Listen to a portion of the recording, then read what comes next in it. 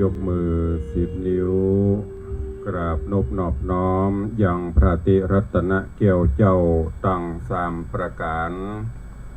อันมีพระพุทธเจ้าพระสัทธรรมเจ้าพระสังฆเจ้าอันเป็นสรณะที่เปิงที่เคารพนับถืออันสูงสุดในชีวิตกราบคารวะแตบไตไวยสาปาลมีธรรม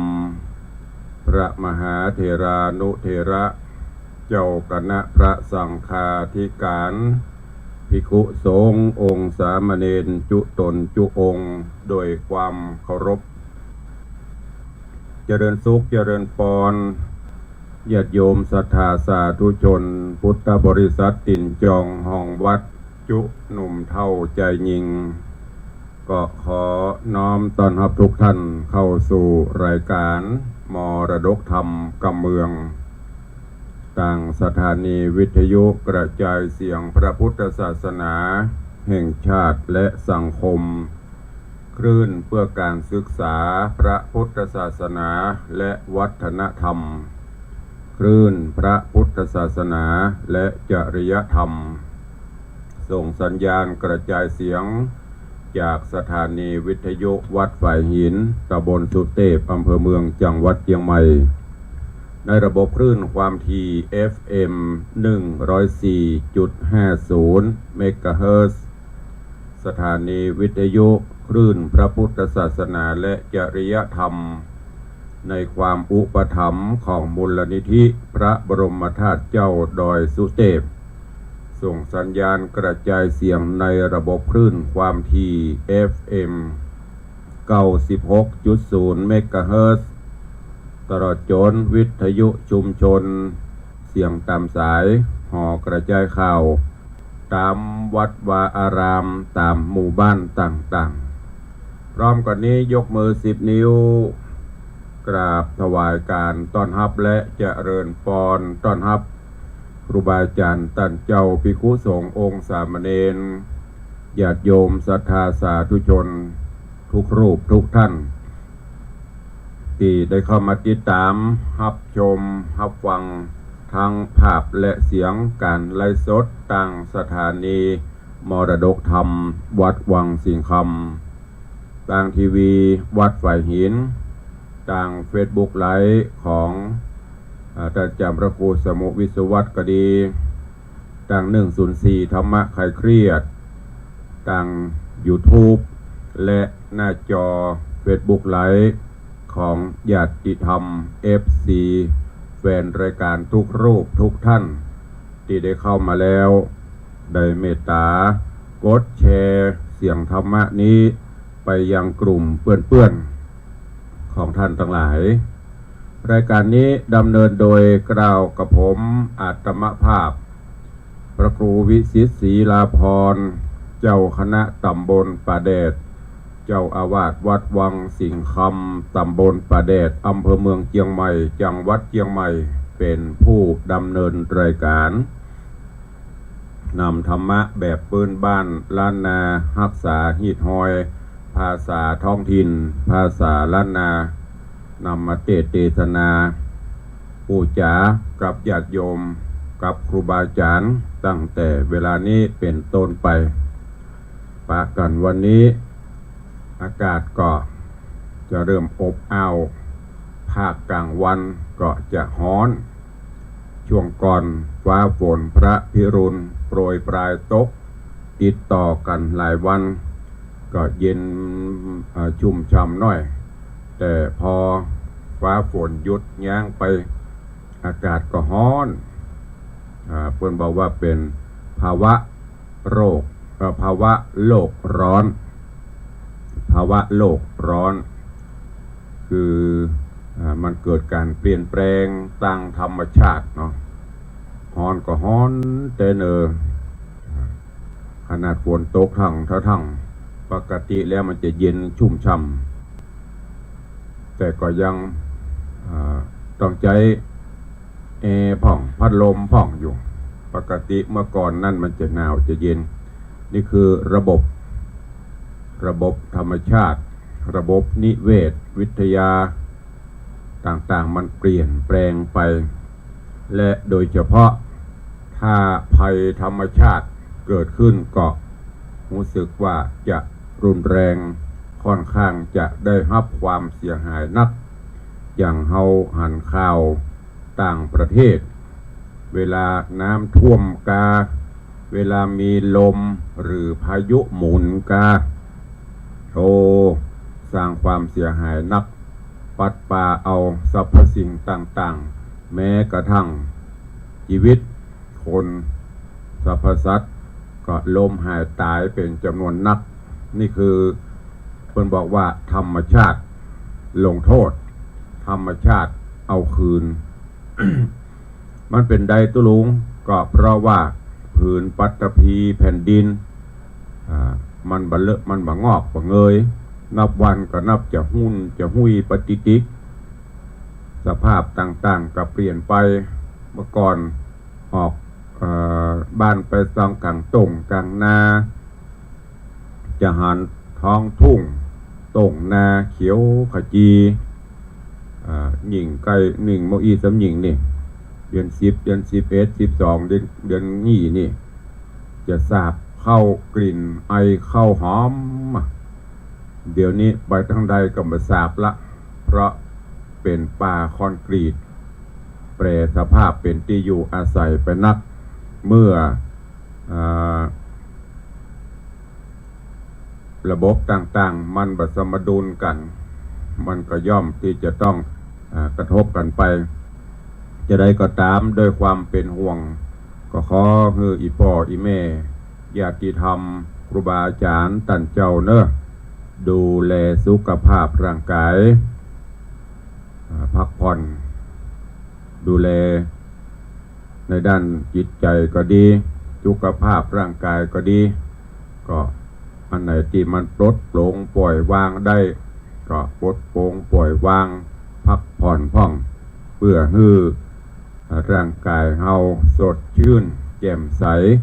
จะได้อยู่ไปเหมือนๆนะโดยความเป็นห่วงจากตุลุงในวัง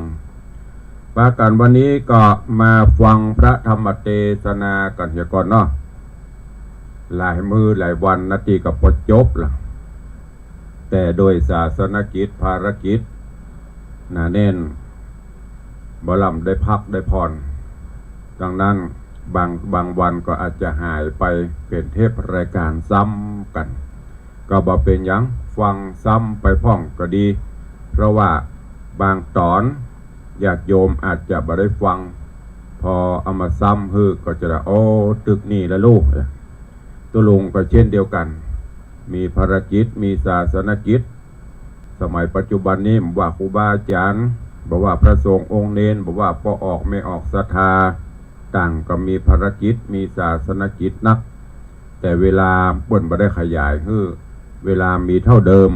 แต่งานเพิ่มขึ้นเมื่อก่อนครูบาอาจารย์กลางภาษานี่มันได้ไปไหนอยู่วัดเขียนทำต้องทำดูหนังสือหนังหาไปแต่ปัจจุบันดีไซน์มันเปลี่ยนไปศาสนกิจที่จะต้องไปฉลองศรัทธาญาติโยมพ่องศาสนกิจภารกิจต่างวัดวาอารามต่างกิจการงานคณะสงฆ์ก็นักเพราะนั้นก็ไม่ได้มาปะกันก็ต้องขอสุมาอภัยตัวเองมาฟังเรื่องราวของสุริยคราชกุมารเนาะตุลุงเทศนามาถึงผูกที่13ข้างแห่งผูกปลายก็จะอวสานละในตอนที่แล้วหลังจากที่การรบทัพจับศึกหรือว่าสงครามระหว่างเมืองระหว่างบ้านเกิดขึ้นในตอนนี้สงครามก็เริ่มจะสงบลงบ้านเมืองก็เริ่มจะเข้าสู่ภาวะปกติแต่ด้วยความกตัญญูกตเวทิตาธรรมโดยเฉพาะจันตรังสีก็ดีหรือต่างโพธิสัตว์เจ้าหลังจากที่ได้ปัดได้พรากจากพ่อจากแม่จากบ้านจากเมืองไปแต่พอว่าบ้านเมืองสงบสุขเข้าสู่ภาวะปกติก็เริ่มที่จะหวนกึดหอดกึดถึงกึดเติงหาปิตามันดาพ่อแม่ที่อยู่ต่างบ้านต่างเมืองจะมีความสุขกายสุขใจก็ จะอยู่สุขสบายกาหรือว่าจะทุกข์ยากจะได้กาก็จะไปจะไปเยี่ยมไปเยือนหรือจะไปเอามาอยู่ตัว เหมือนอย่างเฮาเจ้าข้าทั้งหลายเมื่อยามเฮากำลังสร้างการสร้างงานสร้างหลักฐานสร้างเนื้อสร้างตัวก็บล่ำได้ดูแลพ่อแม่แต่พอเฮามีปออันจะกินมีฐานะหลักฐานพออยู่พอกินก็จะกึดเติงหาพ่อหาแม่อยากจะให้พ่อให้แม่มีความสุขบางครั้งบางท่านบางคนก็ไปเอาพ่อเอาแม่มาอยู่ตัวเพราะว่าเพิ่นทุกข์เพิ่นยากกับเฮามานักละพอเฮาสุขสำราญบันใจก็เอาพ่อเอาแม่มาอยู่ตัวเองหรือจะไปสร้างบ้านสร้างเมืองแปลงบ้านแปลงจองให้ไปอยู่อันนี้ก็แล้วแต่ฐานะแล้วแต่ความพร้อมของเฮาอันนี้ก็เช่นเดียวกันหลังจากที่สุริยคราชกุมารพร้อมกับจันทะรังสีได้ช่วยกันประคับประคองบ้านเมืองจนสู่ภาวะปกติมาถึงตอนนี้จันทะรังสีก็มาเกิดหอดเกิดเติงหับแม่เกิดหอดเกิดเติงหับพ่อคือพญาพรหมทัตก็ดีหรือว่าแม่นางสีคำก็ดีก็เลยกราบทูลยังโพธิสัตว์เจ้าสุริยคราชใครเอาพ่อเอาแม่หรือว่าใครไปเยี่ยมไปเยือนบ้านตอนที่แล้วมาถึงที่นี่เพิ่นกำลังสั่งตั้งเสนาอำมาตย์ข้าทาสเจ้าบริพารเตรียมความพร้อมเพื่อที่จะไปยังเมืองปราณสีไปเยี่ยมไปเยือนพ่อแม่ของจันทเทวีเรื่องราวจะเป็นจะใดนิมนต์และเจริญพรเชิญทุกท่านติดตามรับฟังพระธรรมเทศนาปื้นเมืองเหนือเรื่องสุริยคราชกุมารในผูกที่13ตอนที่2เป็นลำดับไปณโอกาสบัดนี้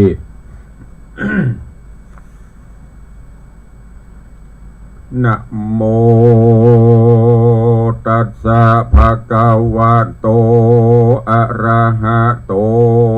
สัมมาสัมพุทธัสสะตามาทังปะกาเสนโตสัทธาอาหะสัทธาอันวาสัพพัญโยพระพุทธเจ้าจะใครเล่าบทลางบาลียังไปแจงพระจริงแสงเตสนาวาภิกขเวดุราภิกขุทั้งหลายนิยายนี้จักเล่าปางเมื่อนอพระเจ้าสุริยคราชบุญมีกับนางจันทรังสีนาดน้องออกจากห้องแสงคำเสนานำลายหมื่นระรื่นพร้อมไปตามเสนาจำขี่จ้างคอเกี่ยวง้างไปอ่อนมาแซมสอนองค์อาจเสนาโรดราชครางเสนาเตียวตังกะเต้นเล่นมาหิเห็นนันเนืองโยธาเรืองแห่นแห่เต็มตุกแง่ตุกแดนเป่าปีแกนเสียงม่วนปันเดาะร่วมหอยสังก้องกองดังบอกขาดตังเปียปาดเป็นสายโยธาหลายเวทล้อมแห่นแห่ออมเป็นปริวารแห่องค์คานตั้นเต้าออกจากดาวเวียงใจพ้องเตียวไปก่อนแน่พ้องย่างจ้าอยู่ต่างหลังไประวังละราดไปละหลังราดบ่ฮือขาดเสียหน่อยติดตันไปบ่ย่างกัดกั้งโดยโยธาคนนำนาเตียวไตเข้าป่าไม้จอยวอยปูนตีกอยตาพอลมปัดจอกวัดควายการเตียวไก่ลิวรีก็แป่งที่ปางหลวงคนปันปวงตุกผู้ก็ยังอยู่เย็นใจการถึงวันในพวกเจ้าก็ยกไตเต้าเตียวไปเตียวตั้งไกลวันละโยด นานแต่โสดนักหนา3 เดือนมาหลอดควายจริงรอดเมืองใหญ่ปาราณสี2 สลีนอดเนาก็เข้าสู่เวียงใจเศษนาไหลเป็นหมื่นเจ้าเมืองตื่นโกลาเอากันมาพอเงือตาปอเลือแลจานพ้องเยี่ยมกันเดือดเศร้าเหตุใครหันเต้าบุญแน่ส่วนว่ามหาสัจเจ้าก็ปาเอานางนอดเนาจันตะรังสีผู้มีลักษณะดีงามอาจขึ้นสู่ภาษาห่อคำย่อมือต่ำใส่เกราไว้ซึ่งพระเจ้าพรหมทัตบุญมี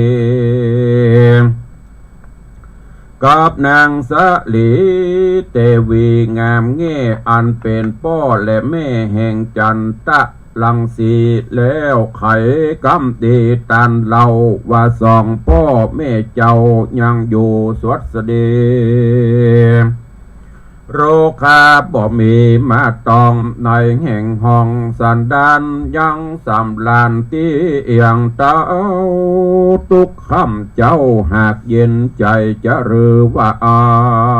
นเมื่อนั้นพญาพรหมทัตตนเป็นเจ้ากับนางนอตะกับนางนอดเนาเตวีได้หันปุตตีลูกแก้วและเต้าผ่องแผ้วเคยเมืองจังเสนาเรืองมวลหมู่ขึ้นมาสู่ห่อใจก็มีใจจมจืนปีติตื่นเจยบานเหตุนางสาเหตุหันนางสาลีนงคานลูกแก้วปัดพรากแล้วปิกขึ้นมาจากโอดน้ำตาบ่ได้ลวดร้องไห้ตาร้องไห้สยบตาย2 สมสายลูกแก้วสยบเต้าแล้วตั้งอันเสนาหันเกณฑ์กั้งสะพรั่งพร้อมตกใจบ่มีไผจักอยู่ได้ลูวาดลมควายกองกันก็มีหันและนาอาถาในกาละนานอันว่าหินปันดุกรรมพลศีลบาทอันเป็นทิปอาสนาแห่งอินตาธิราชก็ห้อนขนาดเรียวปันเต้าก็พันไหวนาพอใต้ฟ้าจุมโปหันเต้าปุญจูตนองค์อาจกับตั้งอัมบาตและเสนาตั้งพญาผู้เฒ่าและนางนอดเนาเตวีปิติมีล้ำกว่าลวดความนาสยบตายเต้าใจภายหันแล้วก็ฮือฝนอาหาฝนแก้วตกลงในกลางโขงเมืองใหญ่ในที่เต้าไทยสมาคมโหดเต้าอุดมผู้เฒ่าตั้งอำมาตย์เก่าและเสนาหน่อยตั้งเจ้าบุญใส่สุริยาคราชและนางน้อยนาจันตะลังสีนางกัญญามีมวลหมู่ฝนตกสู่กัญญาลวดเมินตาสะดุงใดสติฟุ้งจื้นขึ้นมาจุคนก็มีหันและนาเมื่อนานนางจันตะลังสีนอไทยก็ย่อมือไหวเต้าธิราชปิตากับพระมันดาโตนแม่ว่าขาดแต่พ่อแม่เป็นเจ้าเอาตั้งแต่ลูกเต้ากาไปโรคาใดบอกมาตองน้อยแห่งห้องสันดานเสนาหันยังกลืนเก่าบ่โศกเศร้ามองใจบ้านเมืองใสดังเก่าป้อพญาเจ้ายังสวัสดีส่วนไรมีบอก สวยไลมีบอกขาดเต้าเมืองราชหากนำมาจะเรือเมื่อนั้นสองบุญเรืองพ่อแม่ได้ยินลูกเต้าแผ่กำถามจิงไขกำงามตันถอยบาดูราลูกน้อยนอสายตาอันว่าโรกาพญาตบ่อปาดต้องคนใดฝูงไพร่ไต่สุขมากบ้านเฮือนหากนำนะฝูงเสนา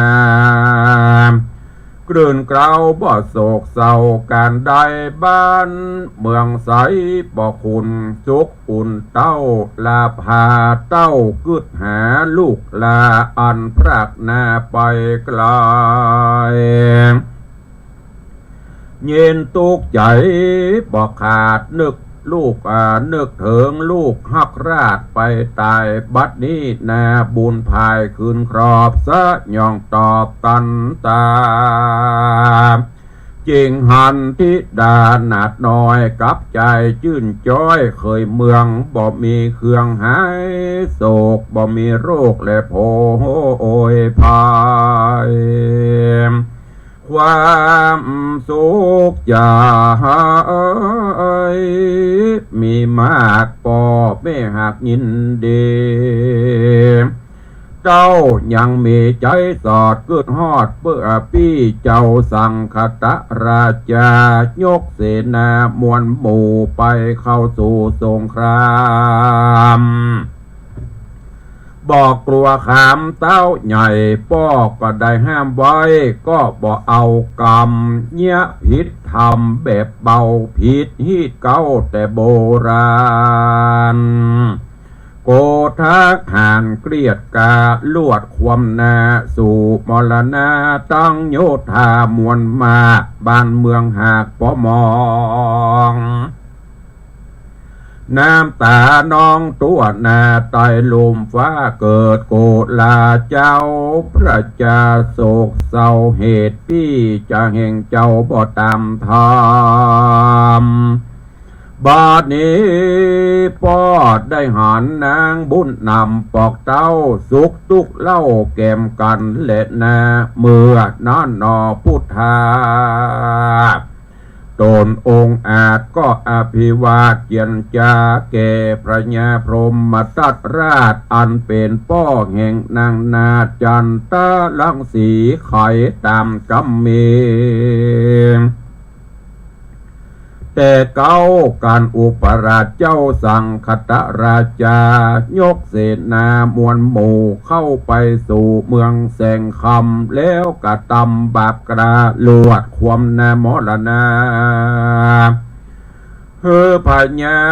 ป้อเป็นเจ้าได้หูเงื่อนเก่าจุอันเดเตอในกาลนอนพญาพรหมตัดตนเอกอ้างเป็นเจ้าจ้างภาพปราณสี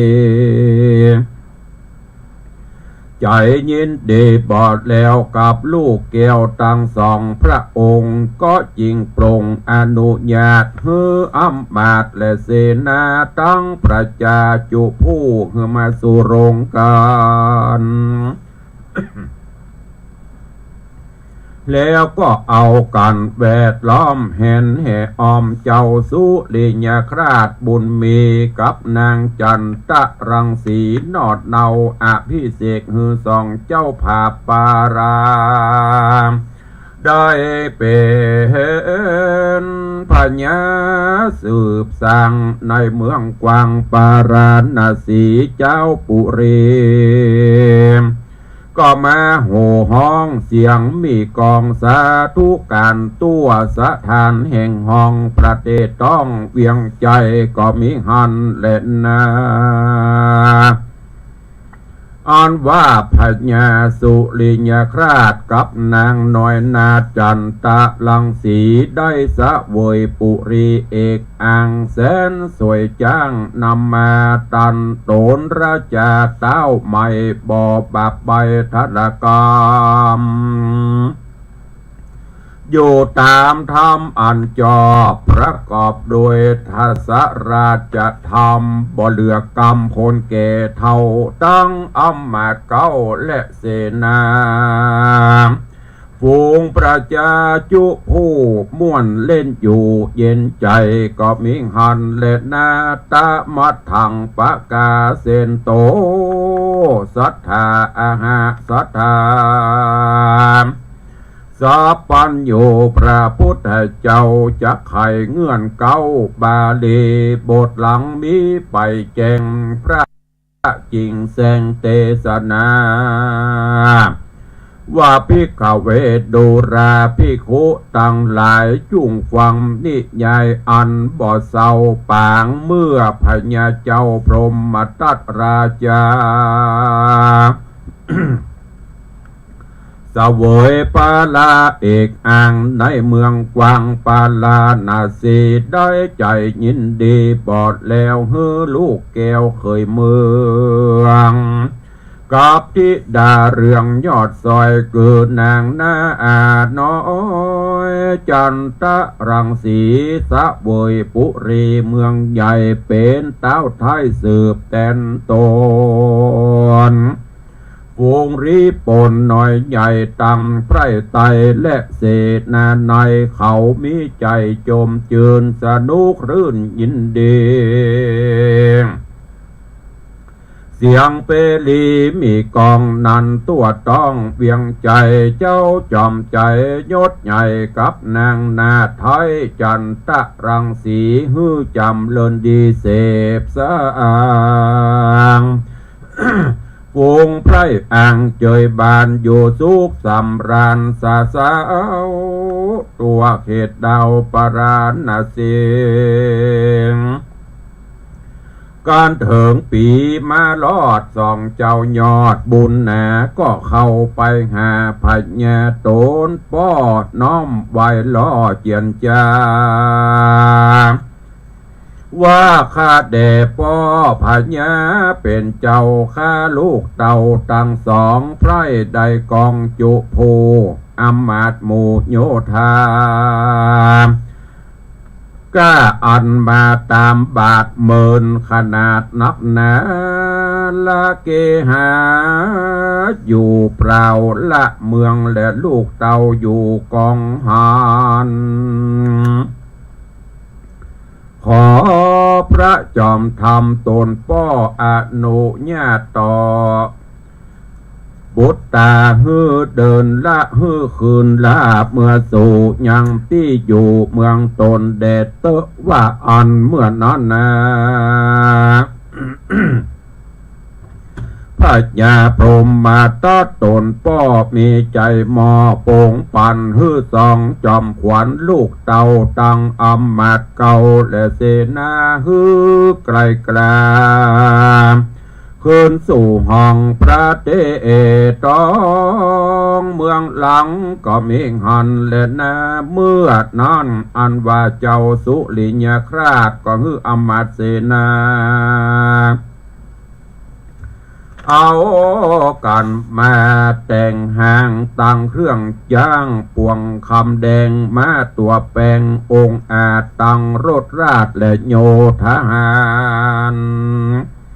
พระผู้บานเป็นเจ้าจักปอกเต้าเมืองเศษนาเรืองบอจาโตกแต่งทาเรียวปันแล้วเอากันมาไว้ยังพระบาทไทยราชาก็มีหันเลยนะอันว่าสองกษัตริย์หนอไทยก็ขาบไว้พระปิตากับพระมันดาหนอนาเอาและอ้อมมาเก้าและนางในแล้วสองจอมทะแล้วสองจอมไทยเอกอังก็ขึ้นขี่จ้างงามตานำโยธากระพรากออกจากห้องเวียงใจเสนาไหลแวดล้อมแห่นแห่ออมเป็นปริวารส่วนนางนงครานก็มาร้องไห้เหตุอันใดพรากปาลา เมสิเนหาฮักแม่ร้องให้แผ่กำจาบว่าข้าแด่พระปิตาเป็นเจ้าและแม่นอนเนาเตวีบาดนี้บุตรีลูกน้อยจะกราดกร้อยไกลกลาง ขอคุณนะบ้างปล่อยเฮอลูกน้อยไปดีอย่าเครื่องชี้โศกเศร้าขอพ่อแม่สองเจ้าจุงอยู่ตีคาขอโรกาอย่าได้มาตองในแห่งห้องสันดานจุงอยู่สุขสำราญเตี้ยงเตาอย่ารีบเข้าสู่มรณะลูกสายตาจักได้พรากจากพ่อไม่หากมองได้ตุกแหล่งไงจักโศกเศร้าพอลูกเต้าบ่หันในจักมีภัยมานั่งไกลแย้มเมื่อป่วยไข้บ่สำลานั้นจานางปริเวทนาจะใจเงียร้องไห้ก็เงียลาไปก็มีหันและนาอันว่าเจ้าสุริยคราชกับนางนาจันตะลังสีลักษณะดีบ่เศร้าสองนอดเนาก็ทะลงไปเศษนาดลายกลืนเก่าแห่นแห่เจ้ามาเมืองเสียงนั้นเดืองพับแผ่เต็มจุแง่คลาวตางโดเมินนานแต่เล่าจริงมารอดเมืองเก่าแสงคำสองบุญนำตังกู้ก็ขึ้นสู่หอคำสะเบยหอก็ขึ้นสู่หอคำขาสะเบยปาลาเสพสร้างปูงไรอ้างเจยบานต้นองค์คันเจ้าฟ้าบอกเกลียดฆ่าคนใด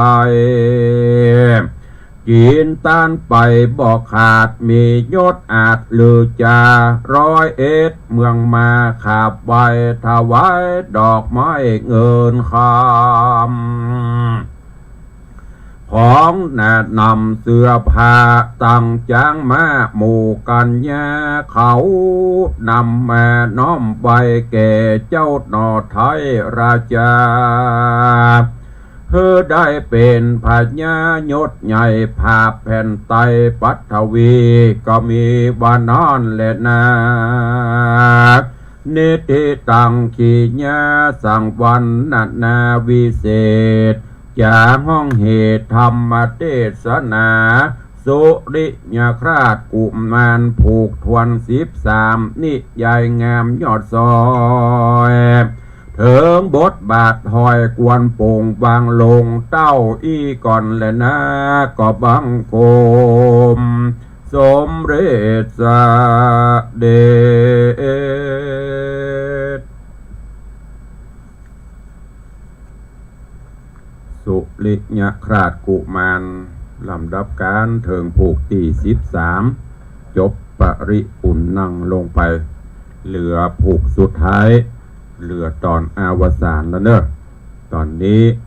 เหตุการณ์ต่างๆก็เข้าสู่ภาวะปกติบ่ว่าจะเป็นเมืองปราณสีบ่ว่าจะเป็นเมืองแสงคำหลังจากที่ได้เกิดการสู้รบปรบมือกัน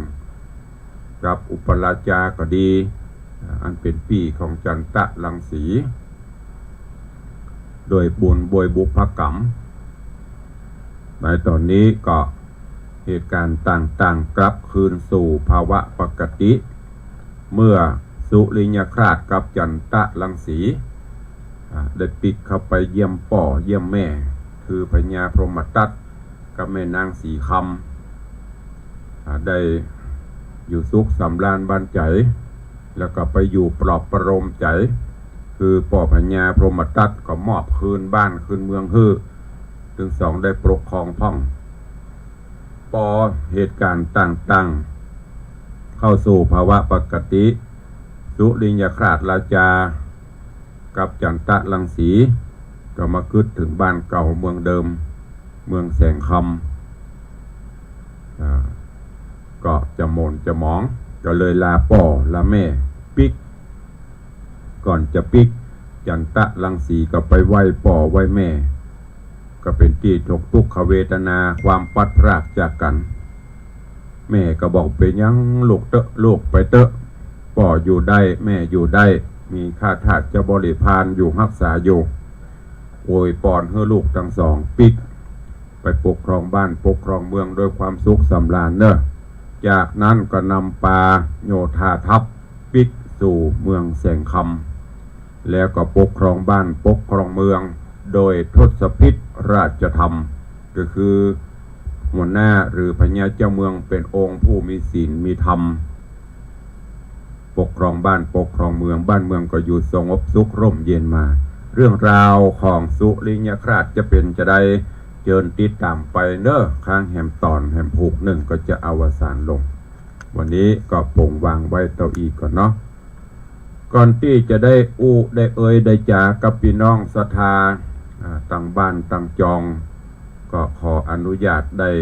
ตักตายพี่น้องศรัทธานาบุญติครูบาอาจารย์ที่ได้เข้ามาติดตามต่างหน้าจอ Facebook ไลฟ์กันเดี๋ยวก่อนเนาะตอนนี้ก็เข้ามากันหลวงหลายทางหน้าเฟซหน้าจอก็เริ่มจะมีหลวงมีหลายเข้าก็ต้องขออนุโมทนาบุญเนอะเจริญปอนกับปินานจรันปิยะจันดอยซิวแล้วก็มี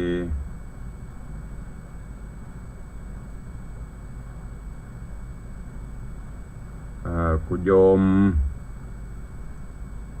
ทองคำที่บงคำคุณโยมปัทมาแจมโรเจริญปอนเนอะเจริญปอนโยมขวัญอินตยศกราบใบสาตุลุงครับสาธุเจริญปอนโยมชิดชบากราบใบสาเจ้ากราบถวายการต้อนรับหลวงพ่อวัดจันทร์ดอยป่าสนเนอะกัลยาณิวัฒนาสาธุครับผมเจริญปอนโยมแม่ปราณีพยาไคหพลเจริญปอนโยมปีวิรองรักเฉิดฟ้อนมีล้านนาน้อมกราบไว้สาเจ้าสาธุเจริญปอนเจริญปอนกับโยมตู่โยมสุรัตน์เสาคำวิเวกวนารามเจริญปอนโยมแม่จันดีวิสุทธินันท์เจดีแม่ครัวกราบไว้สาตำพระครูเจ้าสาธุเจริญปอนโยมปีอัญชลีคำกิติสาธุเจ้าเจริญพรประภักกราบใบสาเจ้าสาธุเจริญปอนโยมเครือวันปันดวงปันสิงสาธุเจ้าเจริญปอนเนอ เจริญปอนโยมวิไลใจแก้วกราบสาธุค่ะเจริญปอนเนอสาธุเจริญปอนโยมพี่หมอมัทนาอัมพันธ์เจริญปอนพ่อพิธาจารย์พระนานอินโสมเจ็ดสีหรือว่าพระนานอินโสมเตปินเนอเจริญปอนท่านพิธาจารย์ชนพัฒน์อุดมสิริโชคเจริญปอนคุณโยมสมทรงสิทธิตาเจริญปอนโยมจันสายแปลงหลวงที่กำลังติดตามรับชมตั้งหน้าจอ Facebook หลายขาดตกบกพร่องอันใดเดี๋ยวตุลุงก็ไปเปิดทวนซ้ำเนาะเพราะว่าตั้งหน้าคอมโน้ตบุ๊กก็พอตอนนี้พอตั้งไอ้โทรศัพท์มันอาจจะลุยขึ้นเดี๋ยวก็ไปตักตายซ้ำแหมกับเนาะส่วนพี่น้องทางบ้านก็เดี๋ยวรอสักกรรมใต้รายการเนอะก็มีข่าวฝากประชาสัมพันธ์มาวันที่23ตุลาคมเนอะทางสถานีวิทยุคลื่น96เฮาก็จะมีการทำบุญประจำปีของสถานีทำบุญวันของพ่อพญามังรายมหาราชมีกิจกรรมทำบุญตอดพระป่าสมทบสถานีวิทยุคลื่น96ดังที่ได้ปฏิบัติแต่ว่าเพิ่นมีประชุมวันก่อนมีประชุมตุลุงไปได้เข้าร่วมมีศาสนกิจก็เดี๋ยวก็สอบถามรายละเอียดแถมกรรมวันที่29ก็จะมีงานแล้วเนอะ29กันยานี่นั่นก็คือวันประเวณีเดือน12เพ็งตามจารีตฮีดหอยเมืองล้านนาเฮา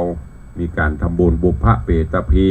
ตานน้ำตานธรรมตานสังฆทานตานกวยสลาก ตานขันเข้าขันน้ำเหล่านี้เป็นต้น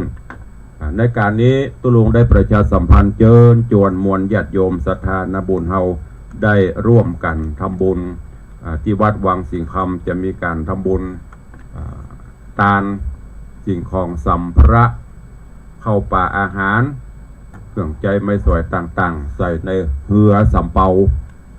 ตามแบบเบ้าโบราณเพื่อส่งถึงกระแสดวงจิตวิญญาณของบรรพชนบรรพบุรุษปิตามารดาครูบาอาจารย์ญาติสนิทมิตรสหายของเฮาเจ้าข้าทั้งหลายที่ตันเจ้าได้ล้มหายตายจากไปวันที่29ผักเจ้าก็มีการทำบุญตักบาตรกินข้าวน้ำจำเข้าไงแล้วก็จะมีการบังสุขุนรูปภาพรูปถ่ายเสื้อผ้าอาภรณ์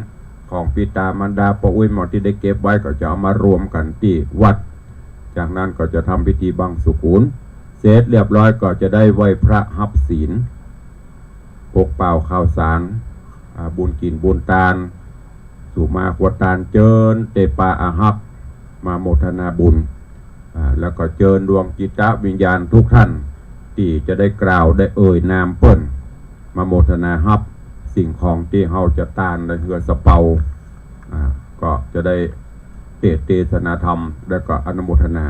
นี่ก็เชิญชวนเนอะญาติโยมทั้งจากหน้าจอ Facebook ไลฟ์จากทางบ้านทางจองมีจิตเจตนาค่อยตานฝากปัจจัยก็ดีสิ่งของต่าง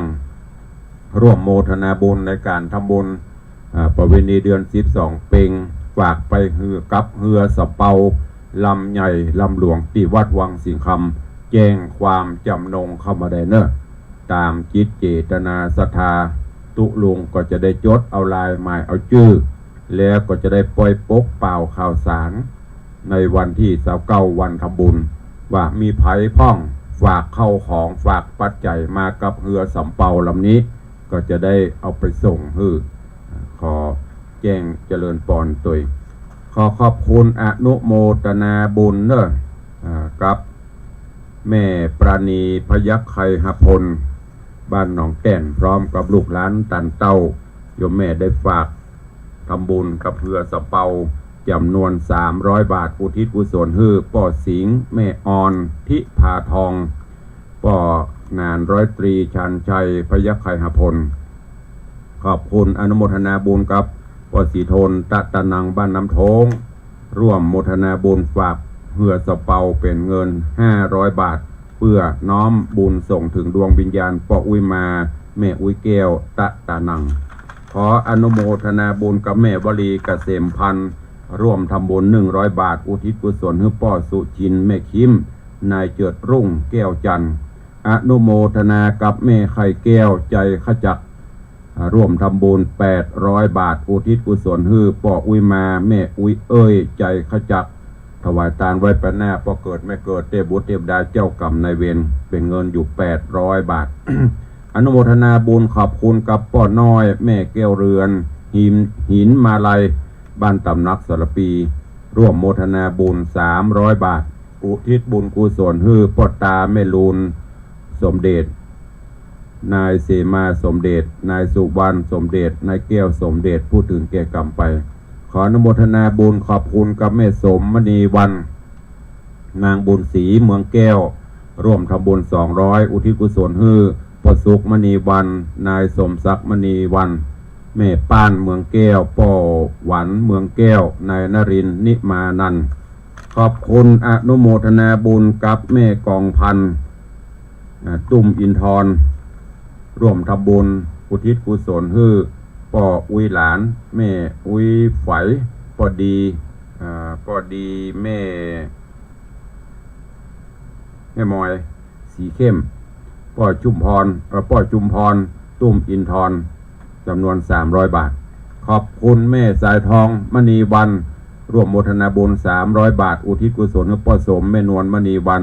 ป่ออินเนตนายพดุงนางบัวผันมณีวันนายวัฒนพงษ์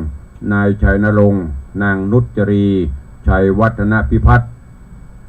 อนุโมทนาครับ แม่จันตาคำจินะบ้านเหล่าปะฝางร่วมทำบุญ200 บาทอุทิศกุศลให้ป่อเกิดไม่เกิดเทพบุตรเทวดาขอบคุณอนุโมทนาป่อแม่ดวงเนตรปินตาบ้านดาวดึง ร่วมทำบุญ300 บาทอุทิศกุศลให้ป้อน้อยคำตันแม่จันดีสุวรรณกันธาป้อเจริญแม่คำใสครูนเรศปินตาป้ออุ้ยพัดแม่คำมูลลืมวงแล้วก็ป้อเกิดแม่เกิดเทบุตรเทวดาเจ้ากรรมนายเวรขอบคุณแม่จันสีปาละร่วมทำบุญ300 บาทอุทิศกุศลให้ป้ออุ้ยเปิ้ลแม่หลวงสุขปาละนายอนนท์ปาละอนุโมทนาแม่คำมูลปัญญาแม่บัวคำปัญญามูลร่วมทำบุญ200 บาทอุทิศกุศลให้ป้ออุ้ยจันแม่อุ้ยนิ้วปัญญามูลนายปันแก้วนางขมาปัญญามูลผู้โยมวิมลพี่หมอมัทนานายนัทประคันอัมพันธ์ร่วมทำบุญ500 บาทอุทิศกุศลให้ป้อดวงคำแม่บุญทรงกีฬาแปลงโยมสมบัติกีฬาแปลงอนุโมทนาบุญกับแม่ศรีจันทร์คำปันหัวหน้าเกสมานชัยนาฏศิลป์ร่วมทำบุญ500 บาทอุทิศกุศลให้ป้อสนเกทาลังแม่กองสิงแก้วในบุญช่วยเกทาลังขออนุโมทนาบุญขอบคุณกับโยมประสบโชคโยมปิคณาพรปอกคำพร้อมลูกเต้าร่วมทำบุญ200 บาทอุทิศกุศลให้ป้อศรีแม่เขียวปอกคำลูกน้ำปอกคำขอบคุณโยมแม่วรัชยาชาทองร่วมทำบุญ200 บาทอุทิศกุศลไว้ไปหน้าอนุโมทนาบุญกับแม่เพ็ญศรีอินทจักรร่วมทำบุญ500 บาทอุทิศกุศลให้ป้ออุ้ยนันทรัพย์แม่จันดีขุมเงินป้อนานศรีนวลอินทจักรอันนี้ทางท่านจันท่านพระครูประหลัดวัดรมณียสถานอันเป็นลูกตู้เปิ้นโอนเข้ามาเรียบร้อยแล้วเด้อแม่เนอะสาธุอนุโมทนาบุญกับแม่สายทองอินทจักรร่วมทำบุญ100อุทิศกุศลไว้ไปหน้าเจ้ากรรมนายเวรพอเกิดไม่เกิดขอบคุณอนุโมทนาบุญกับโยมต่อมแก้วผลดีบ้านปะแกยงสระปีร่วมทำบุญ500 บาทอุทิศกุศลให้แม่ประภัยสิงหาสาธุอนุโมทนาบุญกับโยมป้อ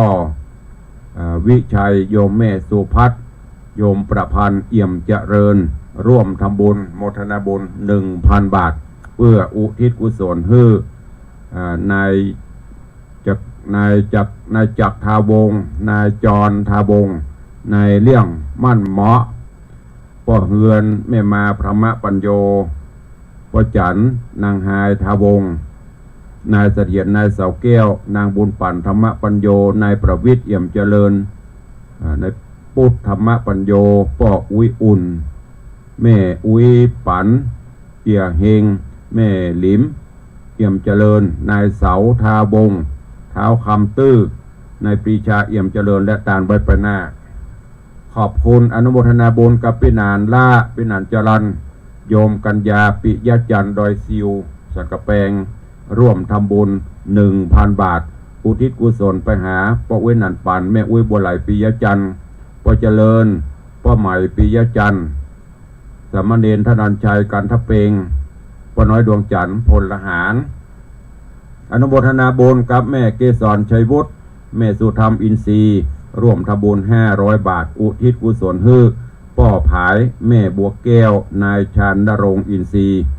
นางพัชราวันแจ่มรุ่งฟ้านาลาปิโนขอบคุณโยมพี่ไอบุญรัตน์โยมพี่จันทรานางสาววันเพ็ญกาวิละบ้านวังสิงคำร่วมโมทนาบุญสมทบบุญกับเรือสะเปาจำนวนเงิน500 บาทอุทิศกุศลให้ป้อกิ่งแม่แก้วสายสุริยะป้อจันแม่ใสกาวิละนางจันฟองสายสุริยะขอบคุณพี่นานอินสมเตปินพิธาจารย์นานอินสมเจ็ดสีร่วมทำบุญ 1,000 บาท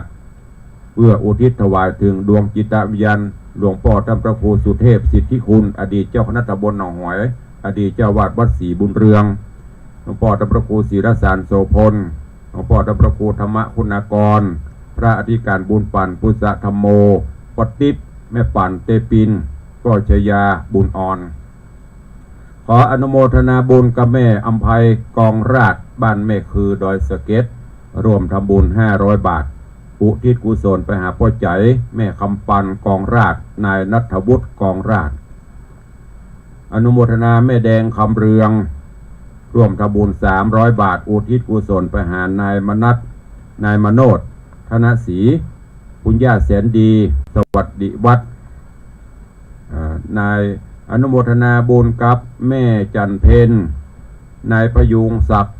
ใจคำนางสาวพิมนาราใจสุรัตชัยหนองก้นครุร่วมทำบุญ600 บาทอุทิศกุศลให้ป่อบุญศรีใจคำขอบคุณโยมวาสนากันทวีและครอบครัวร่วมทำบุญ121 บาทอุทิศกุศลไปหาพ่อแสนแม่บุญกันทวี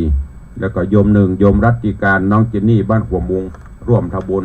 100 บาทสาธุอนุโมทนาบุญกับโยมป้าหนานแก้วแม่จันฟองสังกิจบ้านพญาจุมปูสระปีร่วมทำบุญอุทิศฮือป่ออุ้ยหมื่นแม่อุ้ยทาสังกิจป่ออุ้ยน้อยปันแม่อุ้ยดีเรือนใจพร้อมก็โดยนายอุทัยสังกิจผู้ล่วงลับดับขันไปตลอดจนพอเกิดไม่เกิดเทบุตรเทวดาเจ้ากรรมในเวรเจ้าบุญในบุญเป็นจำนวนเงิน1,000 บาทแล้วก็แม่บุญป่านเรือนใจตานไว้ไปหน้า150 บาทโยมบุญธรรมสั่งจิตโยมขันแก้วสีนวลใหญ่ตานไว้ไปหน้าและพอเกิดไม่เกิดแถม400 บาทเนอะสาธุขอบคุณบุญรักษากับทุกท่านที่ได้อนุโมทนานี้เป็นรายนามที่ฝากบุญเดียววันที่29จะห้ำพิห้ำไฮแห่มกรรมเจิญมาทุกดวงจิตวิญญาณก็ขอบคุณตัวเหลือเวลาแถมน้อยเดียวใครอยู่ทางบ้านทางจองจะร่วมอู้จาสนทนาหรือเราจะร่วมบุญจะได้ก็เข้ามาได้เนอะ0817836540ใครอยู่ทางบ้านทางจองฟังอยู่จะอู้จะเอ่ยอันใดเข้ามาได้เหลือเวลาแถมน้อยหนึ่งประมาณ2 นาทีเจริญปอนเจริญปอนว่าจะดอยนี่อย่างเมืองแกนมีอย่างเอาเข้าใจห้ามเลยอันอย่างได้บอกเข้าใจต้านอันอย่างเฮือสะเปานี่หมายถึงจะได้เอาบอกชื่อมาชื่อใครชื่อตัวเก่าว่าใดพ่อสมานย้ายวิชัยพ่อสมานโอ้หลุดไปแล้วสมานย้ายวิชัยตูดเดี๋ยวเข้ามาใหม่เนอะสายมันหลุดไปบ่ได้จดชื่อเตือนพ่อสมานได้กัดพ่อสมานยาวิชัยบ่ได้ก็เดี๋ยวก็โทรเข้ามาใหม่เนอะตาเนื้อไผ่ตุลุงบ่ได้จดเด้อแถมซักสายทดเวลาบาดเจ็บให้ฟังอยู่ทางบ้านทางจองมีไหมของพ่อสมานเมืองแกนสายลุดไปเนอะเดี๋ยวก็เข้ามาใหม่เด็กหญิงจันคำแสงบุญว่าใด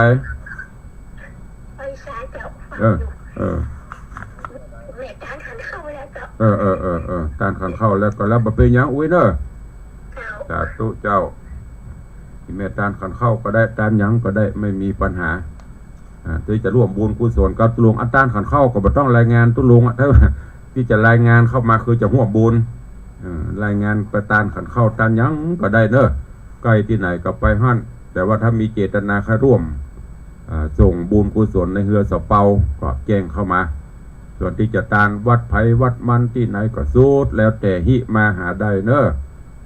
ในเดือน12คือฮอดคือถึงคุณป่อคุณแม่ปิตามันดาเฮามีอยู่ก็เวลาลงเลยไป1 นาทีแล้วเนอะเดี๋ยวจะเลยเวลาของเปิ้นพอดีอันนี้ตัง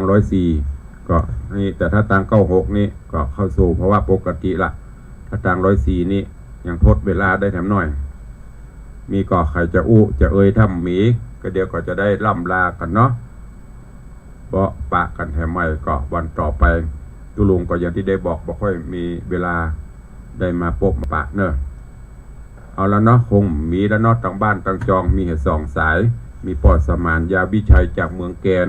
กับนางสาวจันคำแสงบุญแฟนคลับมิตรรักแฟนรายการแฟนพันธุ์แท้จนฟันป้อมหมีละไว้ใช้เจ้าอุ้ยฟังอยู่ในเจ้าอุ้ยตานหันเข้าแล้วเจ้า เอาละขอความสุขส วดสดีจุงบังเกิดมีกับครูบาอาจารย์ตันเจ้าปอออกไม่ออกศรัทธานบุญเฮาเนอขอบคุณแก้วเจ้าทั้ง3ปกห่มอภิบาลรักษาทุกท่านอยู่ดีมีสุขเจริญประด้วยจตุรพิตรพรชัยอันมีอายุวันนะสุขะพละเหมือนกันจุตนจุองค์จุผู้จุคนเนอจัตตาโลธรรมาวัตันติอายุวันโนสุขังปะ